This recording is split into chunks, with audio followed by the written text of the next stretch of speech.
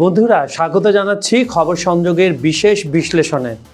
আজ আমরা কথা বলবো এমন একটি ঘটনা নিয়ে যা সম্ভবত পুরো ইউক্রেন যুদ্ধের মোড় ঘুরিয়ে দিতে পারে।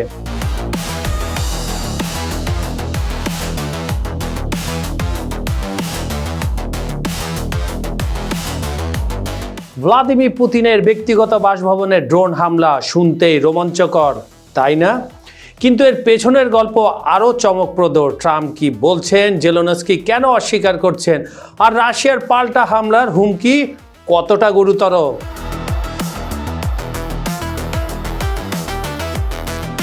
আপনারা পৃথিবীর কোন প্রান্ত থেকে দেখছেন কমেন্টে জানান। বাংলাদেশ, ভারত, পাকিস্তান, আমেরিকা, ইউরোপ, মধ্যপ্রাচ্য, যেখান থেকে দেখুন না কেন আমরা আপনার মতামত শুনতে চাই। চলুন তাহলে শুরু করি আজকের বিস্ফোরক বিশ্লেষণ। পুতিনের বাসভবনে হামলা, যুদ্ধের মোড় ঘুরবে। তো বন্ধুরা, প্রথমে জেনে নেওয়া যাক ঠিক কি হয়েছিল। 28 থেকে 29 ডিসেম্বর মধ্যরাত, মানে মাত্র কয়েক ঘন্টা আগে রাশিয়ার নভগোরদ অঞ্চলে পুতিনের একটি ব্যক্তিগত বাসভবন লক্ষ্য করে ড্রোন হামলা চালানো হয়। এখন প্রশ্ন হলো, কতগুলো ড্রোন? 10টা, 20টা? না বন্ধুরা, 91টি ড্রোন। শুনলেন তো আপনি, নিজের কানকে কি বিশ্বাস করা যায় না? হ্যাঁ, 91টি।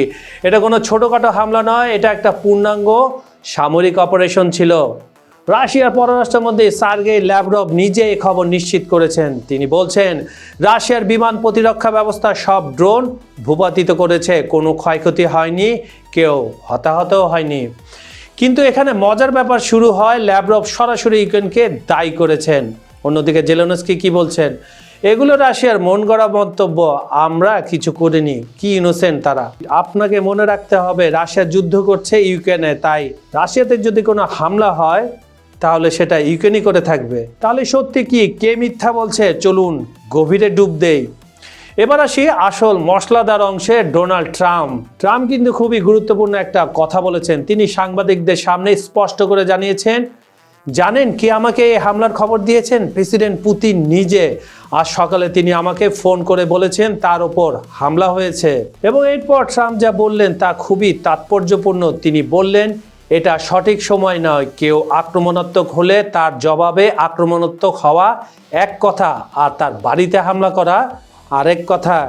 বুঝতে পারছেন বন্ধুরা, ট্রাম্প কিন্তু পরোক্ষভাবে ইউক্রেনকে সতর্ক করে দিলেন। কারণ কি? কারণ এই হামলাটা ঘটেছে ঠিক তখনই যখন ট্রাম্প জেলেনস্কি বৈঠকে বসেছিলেন। ফ্লোরিডা মারে লগতে শান্তি আলোচনা তখন চলছিল, আর ঠিক সেই সময় এই হামলা। এদিকে জেলেনস্কি কিন্তু একেবারে পরিষ্কার অস্বীকার করেছেন। সোশ্যাল মিডিয়ায় তিনি লিখেছেন, রাশিয়া আবারও একই কাজ করেছে।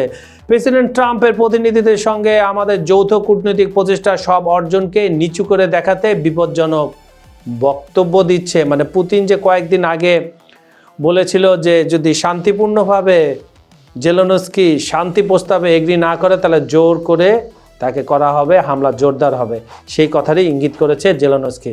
মানে জেলেনস্কি বলতে চাইছেন কি বলতে চাচ্ছেন? তিনি বলতে চাচ্ছেন রাশিয়া নিজে এ নাটক সাজিয়েছে যাতে শান্তি আলোচনা ভেস্তে যায়। কি সুন্দর অভিযোগ। কিন্তু এখানে একটা প্রশ্ন থেকে যায়, 91 ড্রোন কি সত্যি রাশিয়া নিজে পাঠিয়েছিল নিজের প্রেসিডেন্টের বাড়িতে? এটা কি বিশ্বাসযোগ্য? আপনারা কমেন্টে জানান। দেখুন বন্ধুরা, ইউক্রেন গত কয়েক মাসে রাশিয়ার গভীরে একাধিক ড্রোন হামলা চালিয়েছে। এটা নতুন কিছু নয়। মস্কোতে ড্রোন হামলা হয়েছে এর আগেও। তাহলে কেন এবার জেলেনস্কি এত জোরালোভাবে অস্বীকার করছেন? কারণটা কি? এবার আসি সবচেয়ে ভয়ঙ্কর অংশে। রাশিয়ার নিরাপত্তা পরিষদের উপপ্রধান দিমিত্রি মেদভেদেভ, এই নামটা মনে রাখবেন, কারণ এই ব্যক্তি খুবই ভয়ানক একটা বার্তা দিয়েছেন। বার্তা বললে ভুল হবে, একেবারে সরাসরি হুমকি দিয়েছেন। তিনি সোশ্যাল মিডিয়ায় লিখেছেন, আমি সরাসরি উদ্ধৃত করছি, দুর্গন্ধময় কিয়েভের হারামজাদা সংঘাত মীমাংসা ভেস্তে দিতে চাইছে। মানে তিনি একটা গাল দিয়েছেন যারা ভেস্তে দিয়ে, এখন অন্তত তাকে তার মূল্যহীন জীবনের বাকি সময়টা আত্মগোপনে কাটা দেওয়া হবে। তার মানে সরাসরি তিনি গালাগালি করেছেন ওই লোভী, স্বার্থপর, দুর্নীতিবাদ জেলেনস্কিকে। শুনলেন তো, এটা সাধারণ কূটনৈতিক বক্তব্য না, এটা সরাসরি হুমকি, জেলেনস্কির জীবনের বিরুদ্ধে হুমকি। রাশিয়ার পররাষ্ট্র মন্ত্রণালয়ের মুখপাত্র মারিয়া ঝাকারোভাও বলেছেন এর জবাব তারা পাবে। মানে কি দাঁড়াচ্ছে? পরিস্থিতি আরও উত্তপ্ত হতে চলেছে। দর্শকরা, একটা জিনিস আপনারা খেয়াল করেছেন, যখনই এই যুদ্ধটা থামানোর জন্য ট্রাম্প চেষ্টা করে, দুই পক্ষকে নিয়ে বসে, তখনই হামলা পাল্টা হামলা তীব্র হয়। এখানে তৃতীয় পক্ষটাকে আমাদের একটু কমেন্টে জানান তো। এবার চলুন একটু গভীরে যাই এই পুরো ঘটনার পেছনে আসলে কি চলছে। নাম্বার 1, ট্রাম্প শান্তি চান। তিনি বারবার বলছেন তিনি এই যুদ্ধের সমাধান করবেন, কিন্তু শান্তি তো দুই পক্ষের সম্মতিতে হয়, তাই না? নাম্বার 2, জেলেনস্কি জানেন শান্তি মানে হয়তো ভূখণ্ড হারানো। রাশিয়া এখন ইউক্রেনের 20%-এরও বেশি এলাকা নিয়ন্ত্রণ করে, তিনি কি সেটা মেনে নেবেন? নাম্বার 3, পুতিন কি চাইছেন তার শর্তে শান্তি, আর এই হামলা তাকে আরও কঠোর হওয়ার সুযোগ দিয়েছে? এদিকে খেরসন অঞ্চলের গভর্নর বলেছেন একটা মজার কথা, পশ্চিমারা ইউক্রেনকে ব্যবহার করছে রাশিয়ার যুদ্ধ কৌশল পরীক্ষা করার জন্য, একরকম প্রশিক্ষণের মাঠ হিসাবে। মানে এই যুদ্ধ শুধু ইউক্রেন রাশিয়ার মধ্যে নয়, এটা পুরো পশ্চিমা বনাম রাশিয়ার এক বিশাল দাবার খেলা।